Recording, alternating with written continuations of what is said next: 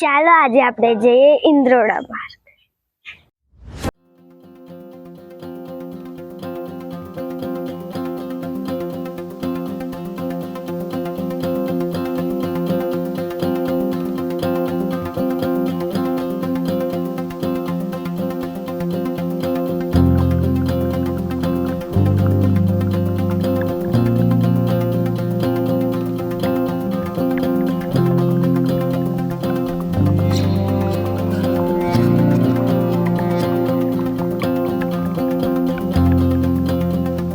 અમદાવાદથી area wise 25 થી 30 કિલોમીટરના અંતરે થશે આ તમને.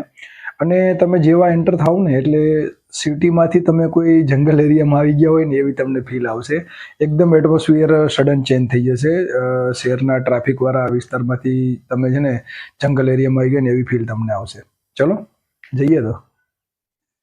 નમસ્કાર મિત્રો, ફરીથી સ્વાગત છે તમારું અમારી ચેનલ સફરનામામાં.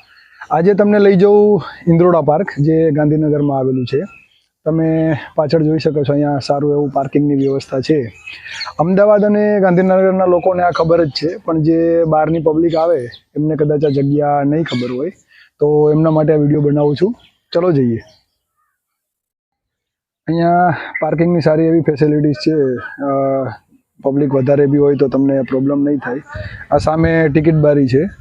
મોટાના 30 રૂપિયા છે અહીંયા, નાનાના 15 રૂપિયા, અને 4 વ્હીલ પાર્કિંગ ચાર્જ 30 રૂપિયા છે.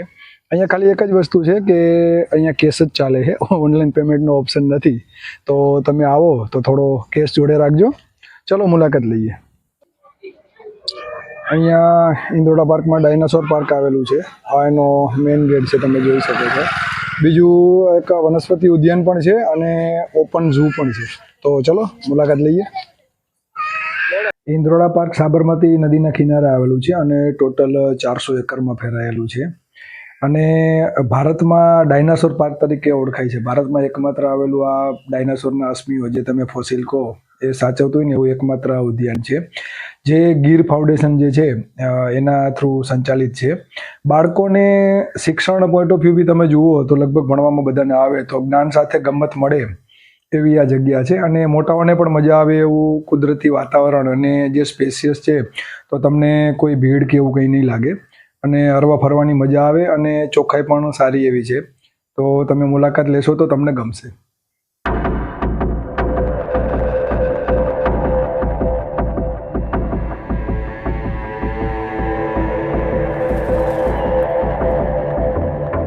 એક જ જગ્યા પર તમને વનસ્પતિના અવશેષો, ડાયનાસોરના પગલા, એના ઈંડા, એના હાડકાઓના અસ્મિઓ અને દરિયાઈ જીવસૃષ્ટિના અવશેષો તમને એક જ જગ્યા પર આટલી મોટી સંખ્યામાં અહીંયા જ જોવા મળશે.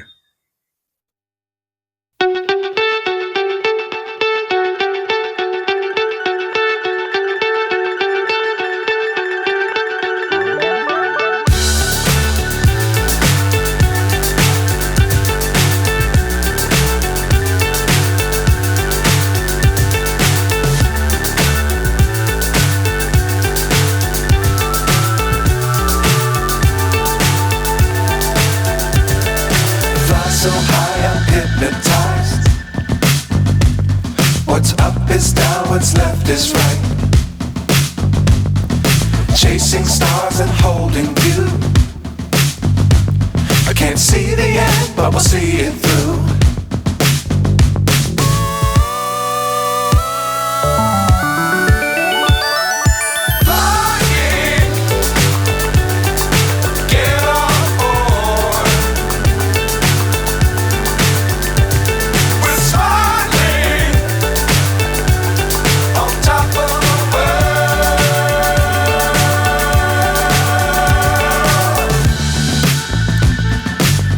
Times don't fly too high. Be sure to keep the ground in sight. Fly forever if you keep it tight. Love the world but keep the sky on your mind.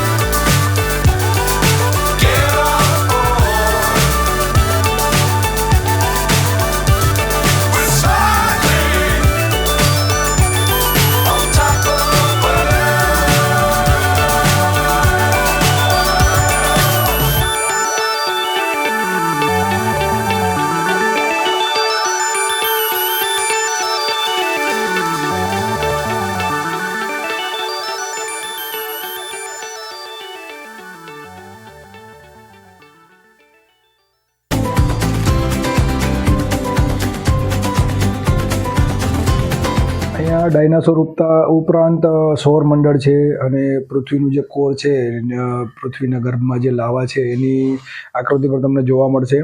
અને ગુજરાત, ભારત અને વિશ્વના નકશાઓ, અલગ અલગ આબોહવા અને અલગ અલગ લોકેશનમાં જે બી કયું ધાન્ય થાય છે, કઈ આબોહવા છે, એ બધું પણ સારી એવી આકૃતિઓ કરી અને વર્ણવવામાં આવ્યું છે. તો તમને જોઈને પણ ગમશે કે ના, આકૃતિમાં આટલું બધું કવર કરેલું છે. તો ચલો જોઈએ.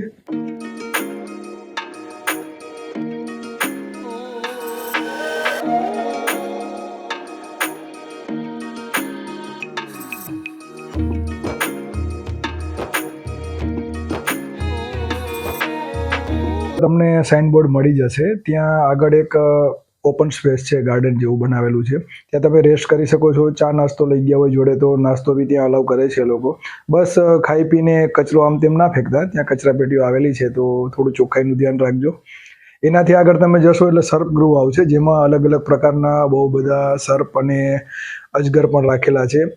અને વચ્ચે કાચ રાખેલો છે, તો તમને જોવામાં નજીકથી, આટલું નજીકથી મને નહીં લાગતું બીજી કોઈ જગ્યાએ તમને જોવા મળે. તો ચલો જોઈએ.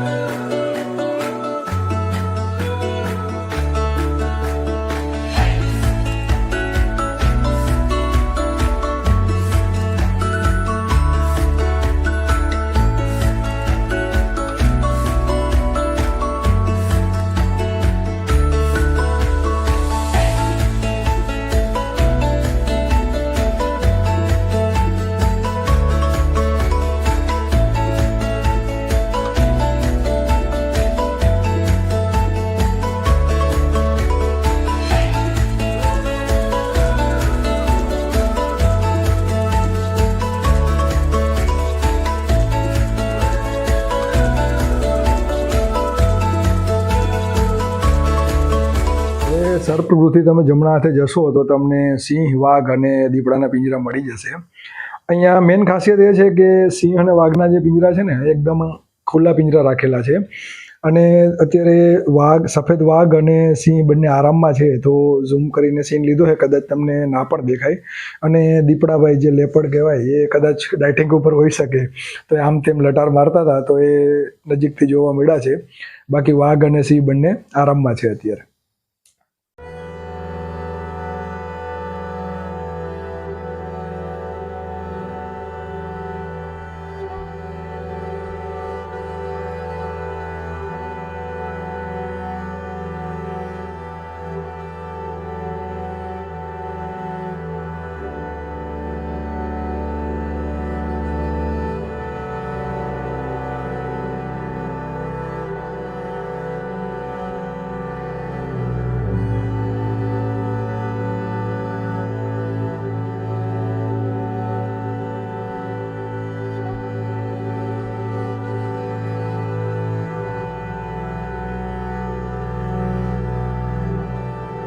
પછી તમારે ફરી સતગૃહ બાજુ આવવું પડશે અને ત્યાં થઈ આગળથી જમણી બાજુ ફરી એક રસ્તો પડે છે.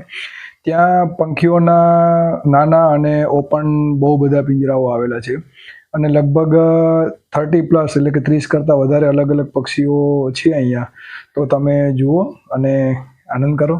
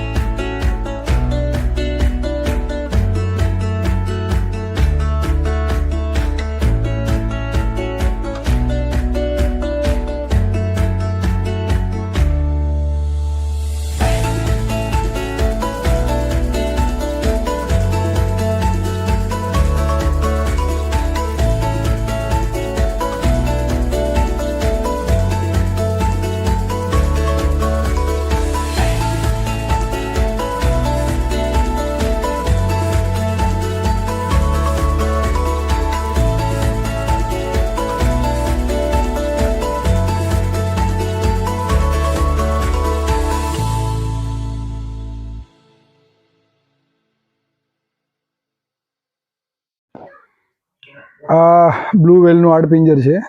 તમે જોઈ શકો છો કેટલું મોટું છે. ઓલ ઓવર તમે અહીંયા જુઓ ને તો એકદમ કુદરતી નજારો અને બાળકોને જોવા માટે બધા પશુ પંખી ઓપન પ્રાણી સંગ્રહાલય છે, ડાયનાસોર પાર્ક છે અને જે બી આપણે ઔષધિ ગાર્ડન છે ત્યાં જઈશું હમણાં. તો all over one day picnic માટે બેસ્ટ જગ્યા છે. અને આ ખાસ થોડું જમવાનું ને લઈને આવજો જોડે, કારણ કે ચાલવાનું 4-5 કિલોમીટર જેવું થઈ જાય છે તો થાકી જશો. તો થોડું ચા નાસ્તો કે એવું જે બી કંઈ લઈને આવો તો વધુ સારું. હવે બ્લુ વેલના આડપિંજરથી તમે આગળ જશો તો તમને ત્યાં હરણ જોવા મળશે, મગર પણ જોવા મળી જશે, નોર્મલ કાચબા, સૂરજ કાચબા, સાહુડી, અજગરના બી 1-2 પિંજરા ત્યાં બી આવેલા છે. એનાથી આગળ જશો તો સફેદ હરણ પણ જોવા મળશે. રસ્તામાં સરસ એવા નાના નાના તળાવ બનાવેલા છે જેમાં બહુ સરસ અને સુંદર કમળ ઉગેલા છે અત્યારે, એ પણ તમે જોઈ શકશો. અને એનાથી આગળ સાબર મળી જશે તમને જોવા. અને રસ્તામાં મોર, ખિસકોલી અને વાંદરાઓ તો તમને આખે રસ્તે ભેગા થશે.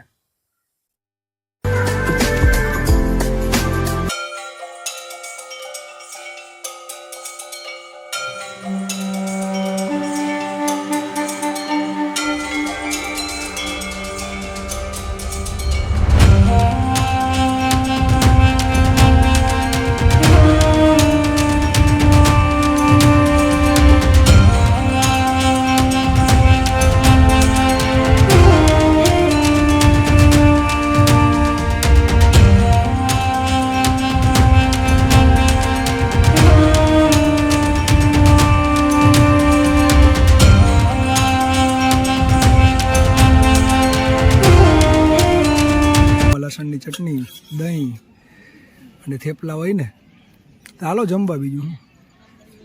હવે અત્યારે આપણે આવ્યા છીએ વનસ્પતિ ઉદ્યાનમાં, જ્યાં તમે જોઈ શકો અલગ અલગ પ્રકારની વનસ્પતિઓ આવેલી છે. અહીંયા થોર જ ખાલી 300 જાતના છે.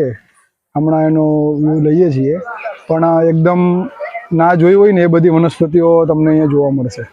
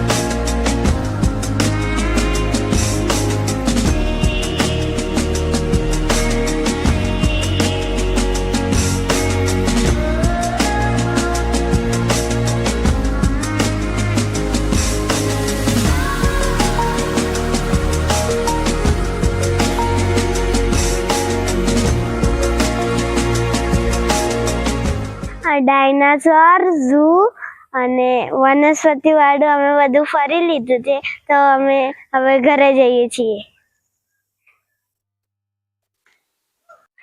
તો આજે તમે જોયું એમ મારી દીકરી હતી મારી જોડે સપોર્ટમાં. તો બસ અમે ફરીને જઈએ છીએ ઘર સાઈડ. તો આવા જ નવા વિડીયો જોવા માટે ચેનલને સબસ્ક્રાઈબ કરો. અને જો તમને વિડીયો પસંદ હોય તો લાઈક અને શેર કરજો. તો અમારું પણ મોટિવેશન બની રહીએ નવા નવા વિડીયો બનાવવા માટે. તો મળીએ નવી જગ્યા નવા વિડીયો સાથે. ત્યાં સુધી આવજો. Tata, C you, bye bye, જય હિન્દ.